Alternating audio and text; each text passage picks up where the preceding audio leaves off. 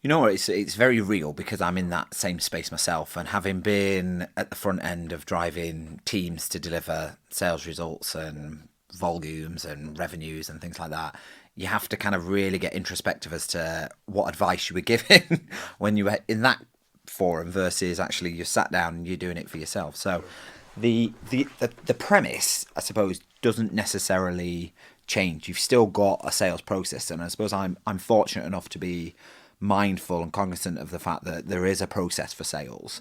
And some people say actually it's just innate.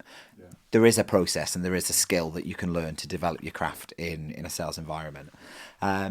If I was given advice to a one man band or a small enterprise, I think it's fleshing out actually what that process needs to look like for you and your salespeople, because you can get lost in the ether that is LinkedIn, and you can sit there looking at people's profiles for ages. But the single most important thing I would say for somebody starting out, and this is an exercise I've done with myself, is to say, actually, what's the target market that I'm aiming my products or my services at, and who do I need to approach in order to kind of start getting prospects, and how do I turn prospects then into leads? How do I turn leads into a tender or a proposal? And then how do I turn those proposals into actual paying business?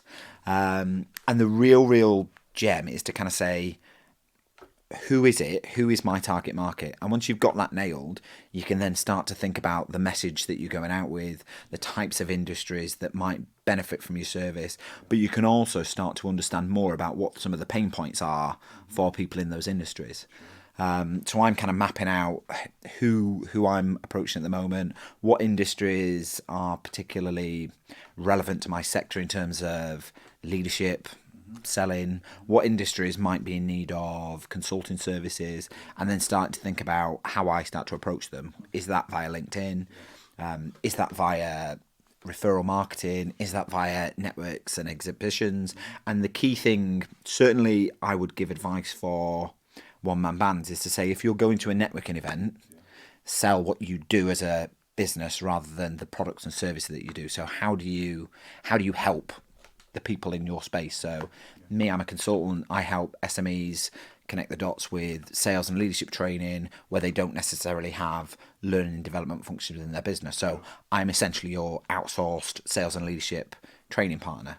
And I can sit down with you and I can look at business strategy, I can look at sales strategies, I can look at process improvement, but understand what you do as a service and who your target market is. I'd say is probably the biggest difference for a one-man band versus a sales team, because that's kind of predefined for you by the gods in marketing.